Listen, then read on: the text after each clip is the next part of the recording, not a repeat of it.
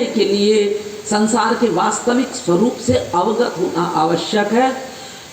और मैंने बताया था आज मैं संसार के स्वरूप के विषय में बतलाने जा रही हूँ आप लोगों को, ध्यान से सुनिएगा।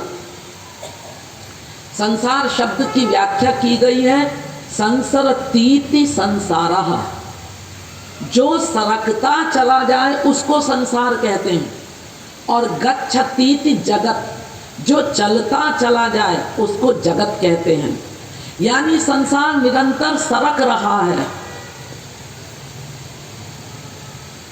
भौतिकवादियों के अनुसार संसार ऊपर की ओर सरक रहा है, अध्यात्मवेत्ताओं के अनुसार संसार नीचे की ओर सरक रहा। बात भी सही है, भौतिकवाद में तो बहुत उन्नति हो रही।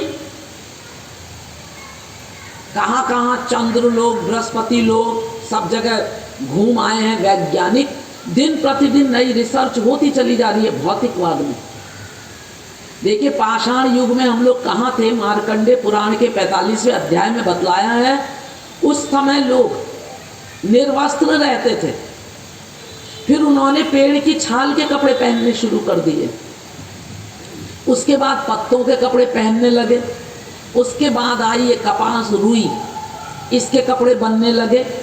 और आज तो इतनी वैरायटी है, इतनी वैरायटी है मार्केट में, टेरिकॉट, टेरेलिन, पॉलिस्टर, जो भी है आप लोगों को ज़्यादा पता है। हम तो खरीदते नहीं हैं कपड़े जो हमें पता हो, आप लोगों को ज़्यादा पता है क्योंकि आप लोग शॉपिंग करते हैं।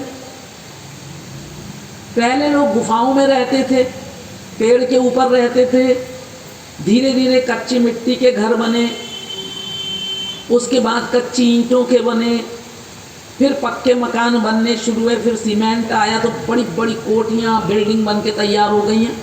यानी भौतिकवाद निरंतर उन्नति की ओर है। और अध्यात्म की अवनति हो रही है, ह्रास हो रहा है, लॉस हो रहा है। सतयुग में अध्यात्म की क्या हालत थी, और फिर त्रेता द्वापर में अध्यात्म कहाँ पहुंचा, और आज कलयुग में तो आप लोग जानते ही हैं कि अध्यात्म की क्या दुर्गति है। एक कैकय देश के राजा थे अश्वपति, उन्होंने अपने देश के विषय में लिखा है, छांदोग्योपनिषद में एक कथा आती है, न मेस्तेनो जनपदे न कदर्यो न मद्यपः नाना हिताल निर्णा विद्वान न स्वैरी स्वैरिणी कुतः। उसने लिखा मेरे राज्य में कोई भी गलत काम नहीं होता था, सब धर्म के अनुसार कार्य करते थे। वैदिक विधि से जो नियम बताए गए हैं पूरी प्रजा उस नियम में बंधी हुई थी। सब नियम से यज्ञ करते थे, हवन करते थे, पूजा पाठ करते थे, कोई झूठ नहीं बोलता था, कोई चोरी नहीं करता था, कोई व्यभिचारी पुरुष नहीं था, कोई व्यभिचारिणी स्त्री नहीं थी। धर्म का राज्य था, मनु जी के अनुसार राज्य चलता था। और आज क्या हालत है अध्यात्म की। आज कहीं भीष्म सा ब्रह्मचारी, बलि सा दानी, दधीची सरीखा त्यागी या हरिश्चंद्र सा सत्यवादी कहीं देखने सुनने को मिलता है क्या? ऐसे तो आप सब लोग बोलते हैं मैं बिल्कुल झूठ नहीं बोलता। कमाल ये है जो जितना ज़्यादा झूठ बोलता है वही तर्क देता है। हमेशा वो एक ही बात बोलते हैं, हम झूठ नहीं बोलते हैं। ये सिद्ध करता है कि आप बहुत झूठ बोलते हैं। क्या कोई है आज? ये तो है भौतिकवाद और अध्यात्मवाद की बात। भौतिकवाद और अध्यात्मवाद दोनों एक दूसरे के पूरक हैं, एक के बिना दूसरा अधूरा है। विश्व का कोई अध्यात्मवेत्ता भौतिकता को चैलेंज नहीं कर सकता कि तुम्हारे बिना हमारा काम चल जाएगा। तनु बिनु भजन वेद नहीं बरना।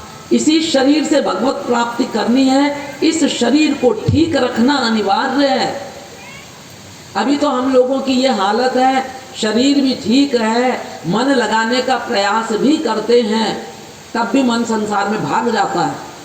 और अगर शरीर में तकलीफ होगी, कहीं दर्द हो रहा होगा, तो भगवान में मन लगेगा कि दर्द में रहेगा। शरीर ठीक रखने के लिए जिन तत्वों से ये शरीर बना है उन तत्वों का शरीर को देना आवश्यक है। पंच महाभूत का शरीर बना है, पंच महाभूत का संसार बनाया भगवान ने शरीर को ठीक रखने के लिए। इसी शरीर से अपने लक्ष्य को पाना है।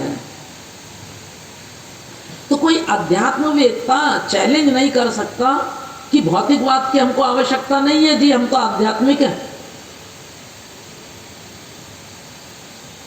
नहीं जी, हमारे यहाँ तो ऐसे ऐसे ऋषि मुनि हुए थे जो अन्न खाते ही नहीं थे। ये अन्नमय कोश कहलाता ना, ये बॉडी हमारी, अन्न की प्रधानता इस शरीर में। लेकिन भाई ऐसे ऐसे ऋषि मुनियों का वर्णन आता है जो अन्न खाते ही नहीं थे। तो क्या खाते थे? फल फूल। तो फल फूल भी तो पंच महाभूत के अंतर्गत है, इसी संसार के अंतर्गत है। अन्न नहीं खा रहे हैं, फल फूल खा रहे हैं। अरे नहीं नहीं, हमने तो ऐसे ऋषि मुनियों के विषय में भी सुना है जो फल फूल भी नहीं खाते थे।